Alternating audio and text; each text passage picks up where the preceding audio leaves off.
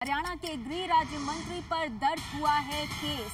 दिल्ली के अशोक विहार में एक पूर्व एयर होस्टेस गीतिका शर्मा ने फांसी लगाकर खुदकुशी की है।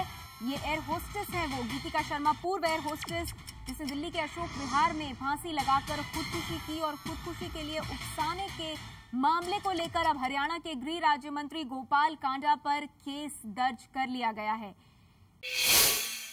क्या बीजेपी के वरिष्ठ नेता लालकृष्ण आडवाणी ने मान लिया है कि अगले लोकसभा चुनाव के बाद प्रधानमंत्री बीजेपी का नहीं होगा? ये सवाल इसलिए क्योंकि आडवाणी ने अपने ब्लॉग में लिखा है, पिछले 20 सालों में राष्ट्रीय राजनीति ने जो शक्ल ली है, उसके बाद अब केंद्र में कांग्रेस या बीजेपी के समर्थन के बिना कोई सरकार बनना असंभव है।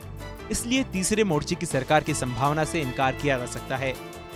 हालांकि इन दोनों पार्टियों में से किसी एक के समर्थन से एक गैर कांग्रेसी, गैर बीजेपी प्रधानमंत्री बनना संभव है। ऐसा पहले भी हुआ है, लेकिन ऐसी सरकारें ज्यादा लंबे समय तक नहीं टिकी।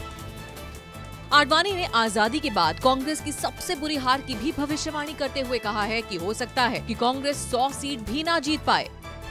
लोग मानते हैं कि लोकसभा चुनाव में कांग्रेस का अब तक का सबसे बुरा प्रदर्शन 1977 के चुनाव में रहा है।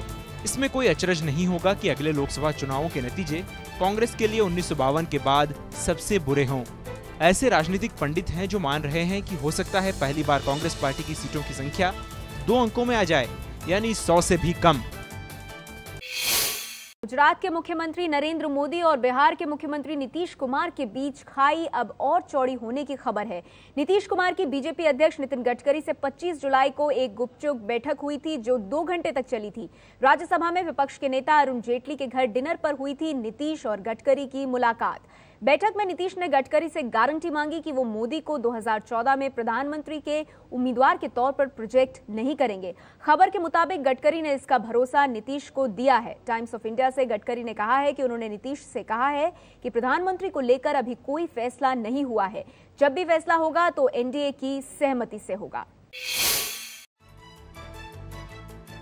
आज तय हो जाएगा कि क्या यूसेन बोल्ट अब भी धरती के सबसे तेज इंसान है।